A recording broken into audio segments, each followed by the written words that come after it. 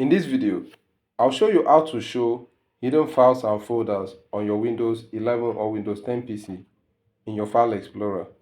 Open any folder. So currently now, let me use one particular folder to demonstrate. I will open this Active Presenter folder.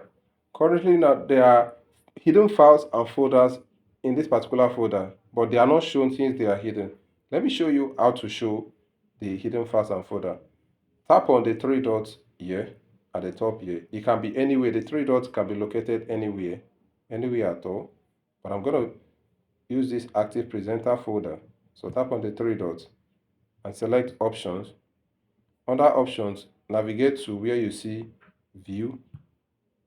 Under the View, under Hidden Files and Folders, select Show Hidden Files, Folders and Drive. Click on Apply. Click on OK. So as you can see, there are folders that did not show, and these folders start with the dot extension, dot.